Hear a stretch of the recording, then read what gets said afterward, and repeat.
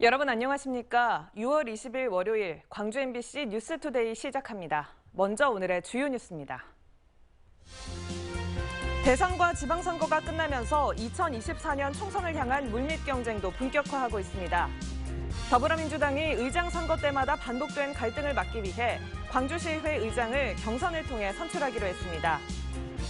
내일 2차 발사를 앞두고 오늘 누리호 이송 작업이 다시 진행됩니다. 발사 예정인 내일 비가 예보된 가운데 강수량보다는 낙뢰와 바람이 변수가 될 것으로 보입니다. 최근 사료값 급등으로 인한 축산 농가의 경영 안정을 위해 사료 구매 자금 2,003억여 원이 낮은 금리로 지원됩니다. 대선과 지방선거가 끝나면서 2024년 총선을 향한 물밑 경쟁도 본격화하고 있습니다. 특히 광주 서구 을의 경우 현역 비례대표 국회의원이 사무실을 차리고 일부 인사들의 하마평이 오르내리는 등 경쟁이 치열해지고 있습니다. 한신구 기자의 보도입니다. 지난 18일 열린 강기정 광주시장 당선인과 지역 국회의원들의 예산 정책 간담회. 지역 국회의원들 사이에 더불어민주당 비례대표인 김경만 의원이 한 자리를 차지했습니다. 광주 출신으로 내후년 총선 광주 출마를 준비하는 것으로 알려졌는데 바로 그날 서구을 지역의 사무실까지 차리면서 총선 출마 의지를 숨기지 않았습니다. 좀 더 솔직하게, 좀 더 세밀하게 더 목소리를 듣고 더 다가가도록 하겠습니다. 그래서 서구 주민들의 마음을 얻는 데 최선을 다하겠습니다. 광주 서구을은 무소속 양양자 의원의 지역구. 그렇지만 지난해 더불어민주당을 탈당한 데다 이른바 검수완박 법안 처리 과정에서 민주당과 다른 입장으로 복당이 쉽지 않은 상황. 바로 이 점 때문에 김 의원을 비롯해서 지난 총선에 출마한 인사와 검찰 출신 등 여러 후보군들의 하마평이 이어지고 있습니다. 또 강은미 정의당 비례대표 의원 역시 광주 서구가 지방의원 시절 지역구여서 차기 총선 출마가 점쳐지고 있는 상황입니다. 광주 시민이 왜 그렇게 투표율이 낮았고 어떤 문제의식을 가지고 있는지에 대한 것들을 우리 광주에 있는 국회의원들이 함께 좀 살펴보고 풀어나가야 될 부분이 있다. 오는 8월 당대표를 뽑는 더불어민주당은 최근 조직 강화 특별위원회 설치를 결정하는 등 공석인 지역위원장 선출을 위한 일정을 서두르고 있습니다. 이르면 이번 달 하순, 늦어도 다음 달 시작될 지역위원장의 공모가 차기 총선을 노리는 입지자들의 1차 시험대가 될 것으로 전망되고 있습니다. MBC 뉴스 한신구입니다. 더불어민주당이 의장 선거 때마다 반복된 갈등을 막기 위해 광주시의회 의장을 경선을 통해 선출하기로 했습니다. 민주당 광주시당은 광주시의회 의장과 부의장, 상임위원장 등을 공모를 통해 희망자를 받은 뒤 경선으로 뽑기로 했습니다. 의장 희망자는 내일 낮까지 문자로 통보를 받은 뒤 오는 23일 의장 후보 선출 방식을 정하고 오는 30일 의원총회에서 의장 후보를 선출하기로 했습니다. 오는 21일 누리호 2차 발사를 앞두고 내일 이송 작업이 진행됩니다. 한국항공우주연구원은 문제가 된 산화제 탱크 레벨 센서의 일부 부품을 교체했으며 모든 전기 계통에 이상이 없는 것을 확인했다고 밝혔습니다. 항우연은 내일 오전 누리호를 조립동에서 발사대로 옮긴 뒤 기립과 고정 작업을 진행할 예정입니다. 한편 발사 예정일인 21일 고흥 지역에는 비가 내릴 것으로 예상되는 가운데 강수량보다는 낙뢰와 바람이 변수가 될 것으로 보입니다. 아직 출근길 무렵이지만 벌써 더위가 느껴집니다. 현재 광주와 나주, 담양 등 전남 내륙을 중심으로는 폭염주의보도 발효 중입니다. 오늘 한낮 기온 높게 치솟겠습니다. 아침 기온 이미 20도를 넘어서 출발했고요. 한낮 기온 33도 안팎까지 오르면서 아침 기온과 낮 기온 모두 어제보다 1, 2도가량 높겠습니다. 볕이 뜨겁게 내리쬐면서 자외선 지수도 높게 치솟겠습니다. 매우 높은 수준을 보이는 곳이 많겠습니다. 자외선 차단에도 신경 잘 쓰셔야겠고요. 날이 더운 만큼 수분 섭취도 잘 해주시기 바랍니다. 대기 불안정이 심한 상태라서 오늘 갑작스러운 소나기도 지날 수 있겠습니다. 소나기가 내린다면 전남 동부를 중심으로 5에서 30mm가량의 비가 지나겠습니다. 날씨 정보였습니다. 6월 호국 보훈의 달을 맞아 태극기 사랑이 각별한 지역의 한 국가유공자를 소개합니다. 고엽제 피해로 죽을 고비를 넘기면서도 다양한 봉사로 태극기 사랑을 실천하고 있는 베트남전 참전용사를 강서영 기자가 만나봤습니다. 75살 신유길 씨가 여수 시내가 훤히 들여다보이는 구봉산 정상에 오릅니다. 태극기를 들고 정상에 있는 국기 개양대로 향하더니 칼바람에 해진 태극기를 손수 교체합니다. 깨끗하고 빳빳한 새 태극기가 하늘에서 힘차게 휘날립니다. 1969년 베트남전 참전용사인 신 씨는 25년 전부터 달마다 구봉산 정상에 걸린 태극기를 관리하고 있습니다. 월남전선에 참전했을 때 간혹 작전 중 우리나라 태극기가 보이면은 그렇게도 반갑고 자랑스러워서 그것이 향수에 젖어 태극기를 더욱 소중히 여기면서 태극기를 개양하고 있습니다. 베트남전에선 무사히 돌아왔지만 약 25년 전 고엽제 후유증으로 인한 임파선암으로 투병했었다는 신 씨. 생사의 고비를 2차례 넘기며 얻은 일상이 새로 주어진 제2의 인생이란 생각이 든 신 씨는 그때부터 사회봉사를 시작했습니다. 애착이 담긴 태극기를 시내에서 시민들에게 무료로 나눠주기도 하고 해경 등 공공기관에도 태극기를 수백 장씩 기부하는 선행을 수십 년 가까이 이어가고 있습니다. 국가유공자는 준 공무원이라고 합니다. 그래서 국가유공자 한 사람으로서도 태극기를 나눠줌으로써 없는 가정이라든가 보람이 있지 않냐 싶어서 저 개인적으로 하고 있습니다. 신 씨와 같은 월남전 참전용사는 총 34만 명, 여수에서도 1,500여 명이 참전한 것으로 알려져 있습니다. 힘닿는 데까지 태극기 사랑을 실천하겠다는 신 씨는 마지막으로 고엽제 피해로 여전히 고통받고 있는 참전 유공자들에게 관심을 기울여 달라고 말했습니다. 우리나라가 어려웠을 때 월남전에 참전하여 우리나라 발전에 큰 힘이 됐음에도 불구하고 지금 고엽제 질병이라든가 전투 중 부상으로 당한 우리 월남전 용사들에게는 MBC 뉴스 강서영입니다. 순천만 국가정원과 순천만을 연결하는 소형 경전철 스카이큐브의 운행이 30여 분 동안 중단돼 이용객들이 불편을 겪었습니다. 어제 오전 11시 45분쯤 스카이큐브 한 대에 통신장애가 발생하면서 레일 위를 달리던 스카이큐브 4대가 모두 멈춰섰습니다. 운영업체는 긴급 점검을 마친 뒤 낮 12시 20분쯤 운행을 재개했으며 구체적인 고장 원인을 조사할 예정이라고 설명했습니다. 광주지법 순천지원은 발열검사 등을 요구하던 사회복지관 직원을 폭언과 흉기로 위협한 혐의로 기소된 65살 A씨에게 징역 1년 6개월의 실형을 선고했습니다.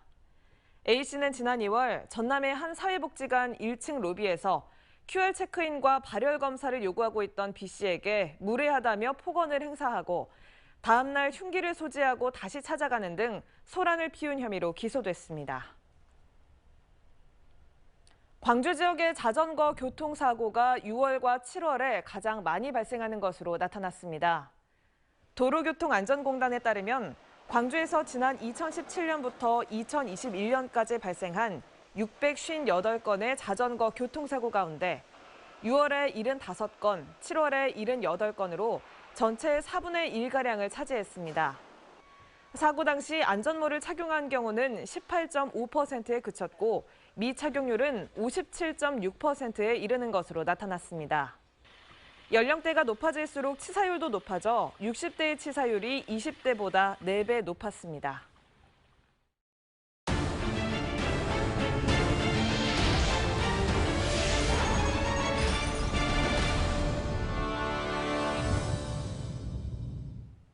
고 김대중 대통령의 모교인 목산고등학교는 개교 100년이 지난 역사가 깊은 학교인데요.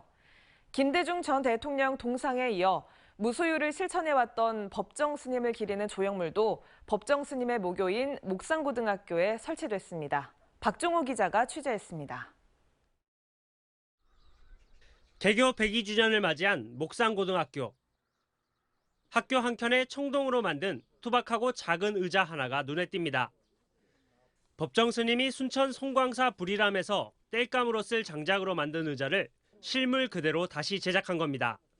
의자 밑은 지름 5.5m의 화강암으로 된 원형판을 깔았고 우리말과 한자로 무소유 글씨가 새겨졌습니다.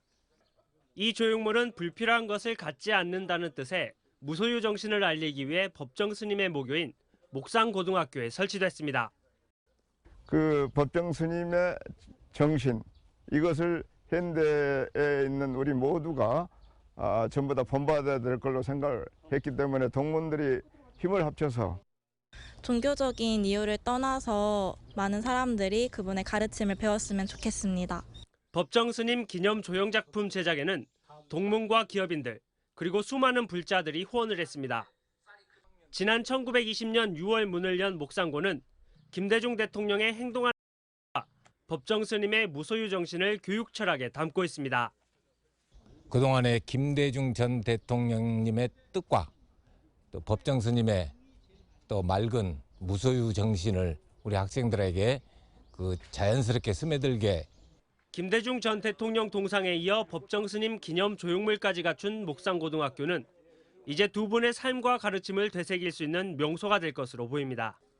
MBC 뉴스 박종호입니다. 최근 사료값 급등으로 인한 축산농가의 경영 안정을 위해 사료 구매 자금 2,003억여 원이 지원됩니다. 전라남도는 축산농가의 사료 구매 부담을 줄이기 위해 기존 지원금에 1,830억 원을 추가로 확보해 금리 1%의 장기 저리로 융자해 주기로 했습니다. 지원 대상은 소와 돼지, 닭, 오리, 꿀벌 등을 사육하는 농가로 축산농가당 최대 6억 원에서 9천만 원까지 지원됩니다. 최근 배합사료 가격은 킬로그램에 45원 올라 축산농가의 생산비가 10% 이상 증가하는 등 어려움을 겪고 있습니다. 광주은행이 오늘부터 모든 영업점에서 무더위 쉼터를 운영합니다. 광주은행에 따르면 안전하고 건강한 여름나기를 위해 광주 전남을 비롯해 140개 모든 영업점에서 무더위 쉼터를 운영합니다. 무더위 쉼터는 노인 등 폭염 취약계층과 고객들에게 무더위를 잠시 피할 수 있는 공간을 제공하는 것으로 영업점을 찾는 고객에게는 생수와 KF94 마스크를 무료로 제공합니다. 신안 자은도 백길 해수욕장 인근에 명품 숙박시설이 개장식을 가졌습니다. 2년 6개월 만에 완공된 C1 아일랜드는 사업비 1,500억 원을 투입해 415개 객실과 대형 컨벤션 등 시설을 갖췄고 시범 숙박을 거쳐 다음 달부터 일반인을 대상으로 정상 운영이 시작될 예정입니다.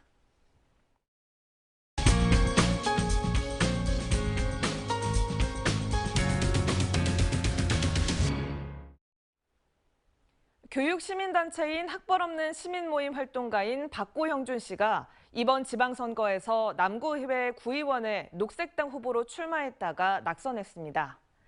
선거운동 과정에서 느낀 소감과 앞으로의 계획을 들어봤습니다. 저는 이번에 제8회 전국지방동시선거 남구의 선거 출마를 하게 된 박고형준입니다. 예, 당선은 되지 않았고 낙선자입니다. 선거운동을 직접 해보다 보니까 민주당 의원들도 되게 열심히 하고 무소속 후보도 있었는데 되게 전략적이면서 많은 유권자들 만나는 데 있어서 저도 그에 못지않게 열심히 뛰었는데 어떠한 열의도 있었지만은 그 열이 좀 뒤처지지 않았냐라는 좀 스스로 좀 자성을 해보게 됩니다. 가능하면 쓰레기 없는 선거를 하자라는 좀 취지의 선거운동 전략을 좀 짰습니다. 유세차 대신 당연히 전기자전거로 이제 톱니바퀴를 돌리면서 유권자들 만났고 공원 같은 데 들이다 보니까 상당히 좀 직접 마주할 수 있는 이런 방식이 되더라고요. 그래서 훨씬 더 좀 우리가 갖고 있는 이미지를 훨씬 더 잘 전달할 수 있는 부분이 있었다. 아무래도 이제 유권자들은 뉴스에서 보는 것보다 길거리에서 마주하거나 제가 지역에서 어떤 일을 했는지가 더 궁금해 하시는 것 같더라고요. 물론 저도 학교 운영위원회 활동도 하고 지역사회에서 작은 봉사활동도 하지만은 그런 것들이 실은 다른 후보에 비해서 너무 부족하고 또한 이제 정치 신인이다 보니까 이게 좀 어떻게 보면은 시작일 뿐인데 아무래도 좀 인지도 면에서 많이 뒤처지다 보니까 이게 시민운동가로서의 제 모습이 실은 많이 전달되지 못해서 안타까운 부분도 있습니다.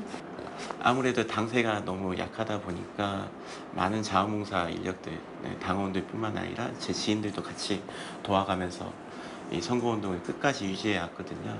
특히나 이제 막바지에 저희 아버지, 와이프까지 다 대동하면서까지 선거운동을 해왔는데 그 자체가 실은 큰 힘이 되었고 지금 와서 뭐 물론 낙선하게 된 그리고 또 꼴찌를 하게 된 결과를 얻었지만은 그 완주 자체만으로도 의미를 좀 부여하고 싶습니다.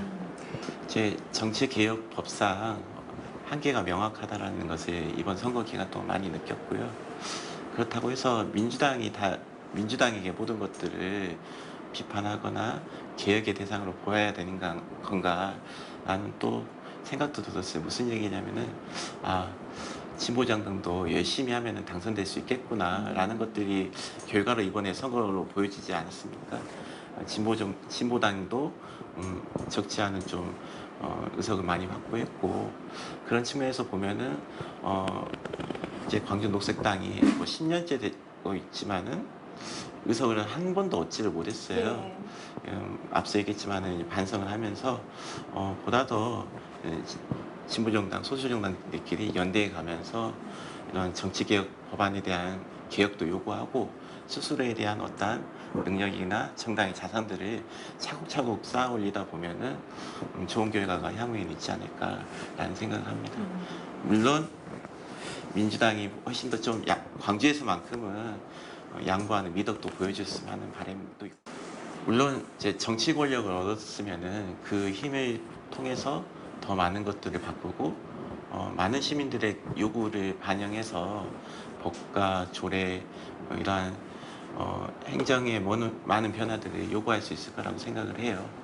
다만 제가 뭐 낙선했다 하더라도 지금 시민운동을 함으로써 하고 있는 일도 어떻게 보면 정치 일환이거든요. 앞으로도 이러한 생활정치를 좀 이어나감으로써 유권자들에게 이러한 시민운동가로서의 존재를 좀 알리고 이러한 시민운동이 또 정치에 얼마든지 입문할 수 있는 토양이 만들어질 수 있도록 열심히 활동해 보려고 합니다. 전라남도는 정부 방침에 따라 오늘부터 코로나19 확진자 격리 의무 기간 현행 7일을 4주간 연장하고 감염 취약시설의 방역 조치는 완화합니다. 이에 따라 요양병원 등 감염 취약시설의 신규 입원 선제 검사는 입원 시 1회 검사하고 음성으로 확인되면 바로 입원할 수 있으며 대면 접촉 면회도 별도 제한 없이 가능합니다. 여름철로 접어들면서 해파리로 인한 어업 피해 우려가 커지고 있습니다. 전라남도에 따르면 지난달까지 진행된 해파리 유생 조사 결과 등량만과 영산강 하구, 목포항 등에서 보름달 물해파리 유생이 다수 관찰됐고 동중국 해상에 출현한 노무라 입깃 해파리도 이달 말쯤 남해와 제주 지역으로 유입될 전망입니다.